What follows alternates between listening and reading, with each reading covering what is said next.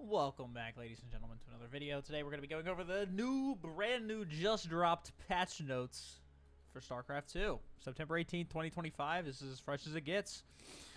So for Zerg, they're reducing the Spire cost from 250-200 to 150-150. This should hopefully be seeing the return of 2-base Mutalisk play. I think that's the goal with this. Centrifugal hooks now give Banelings plus 5 HP. They'll actually be quite useful again. This will change a lot of their interactions with Marines specifically, because a lot of times you'll see Banelings living with 1 HP.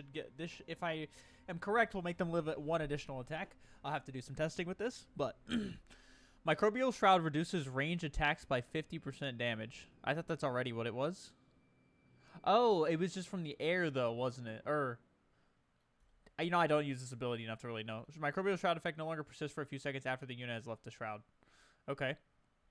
Man, they're really trying to make Microbial Shroud, work, but unless you make it Dark Swarm level powerful, I don't know if we're ever really going to see it in play. They keep trying to change this ability, and yet we still never see it.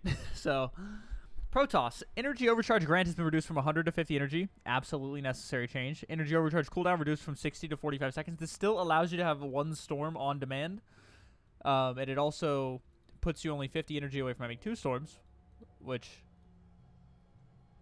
theoretically is it's still worth it. I mean, it makes oracles not have god tier levels of energy anymore either. However, giving an oracle 50 additional energy up to 100 with only a 45-second cooldown, I don't think it'll change much in the TVZ or PVZ matchup as far as taking your third base goes. Energy overcharge cooldown reduced from 60 to 45 seconds. I don't know how much I like this. I think 60 seconds is still fine. 50 additional energy at once a minute is still very nice. Maybe it's too much of a nerf. It's literally in half. But however, it's still ridiculously strong. Plus, take the sentry, for example. You could, this changes nothing about sentry scouting. So, the surveillance mode now reveals the observers. Surveillance mode increases vision from 13.75 to 15. I don't think this is good. I think this is it's really annoying. So the reason why they added surveillance mode for overseers and observers was to help lower level players not have their vision so much. All right. So this is just a direct nerf to lower level players. Dark Templar blink attack delay reduced from 0.75 to 0.25. This is good. This will make blink DTs actually more useful. Which they see very niche uses. I've been trying to make them work in PvT on occasion, and it just the moment they have more than 20 supply of bio, I don't have that good of a time.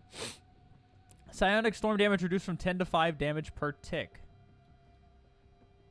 Psionic Storm duration increased from 2.86 seconds to 8.58 seconds. Okay, so Storm lasts longer but does less damage per tick. So does 5... Okay, so it's going to be less oppressive, but the area is going to be more dangerous for longer. Which... This is also a direct nerf to lower level players. I say this because storms don't stack, and a lot of lower level players will just tend to spam their storms. So this will help at the higher levels. This will be worse at the lower levels, I think. Psionic or Mothership HP reduced from 350 to 300. I mean, okay, that's whatever. I don't really think I think that's negligible. If I have enough corruptors to one-shot your mothership, that's not really going to change, that reduces the amount of them I need by 3 or 4, I think. So, it'd be 4 actually. So if it takes 4 less corruptor shots to kill a mothership now, that's cool. Siege tank can no longer be abducted while in siege mode. That is amazing. That is going to make, bio mid game is not going to completely fall off the moment late game happens for Zerg. Usually you'll see a Terran player swap to lib ghost, and then the siege tank just kind of becomes irrelevant. Now this is one of my absolute favorites.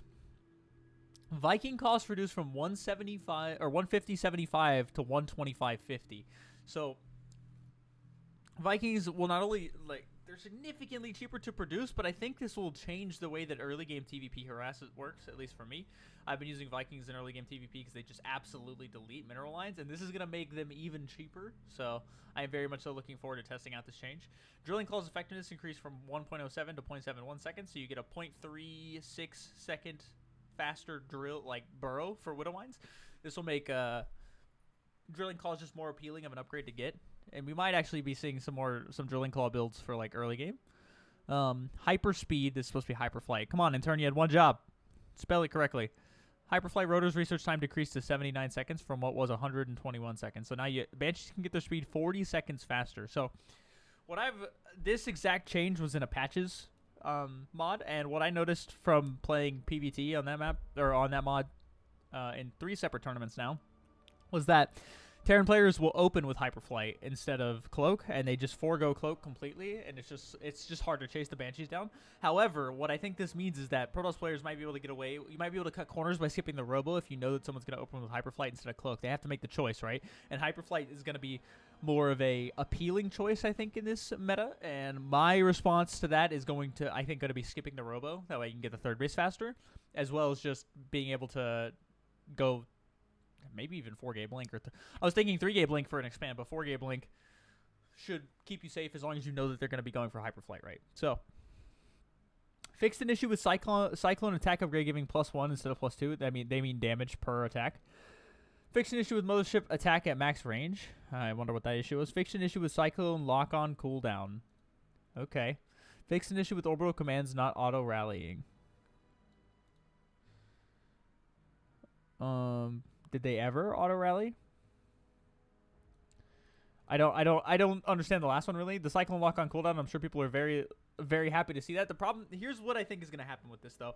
The problem with the Cyclone lock-on cooldown is that I don't think the lock-on cooldown is the biggest problem. Like, is it bugged? Yes. The problem though is that it's a single ability that does 600 damage. The problem to me is not the lock-on cooldown or whatever. Like, yes, it is bugged and it makes it more oppressive, but the oppression comes from 600 damage per Cyclone lock-on, not the cooldown bug, in my opinion.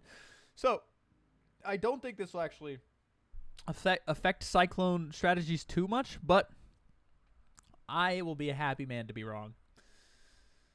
And I say that as someone who has just been recently adding in a bunch of Cyclones to his play because, like, you kind of have to. They're good.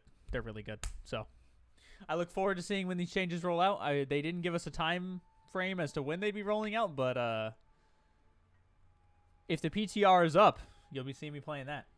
Thank you guys so much for watching. If you enjoyed this, please do consider hitting that subscribe button, and make sure you check out Ladder Legends for the best non-toxic improvement server around. And I will see you guys in the next one. Peace.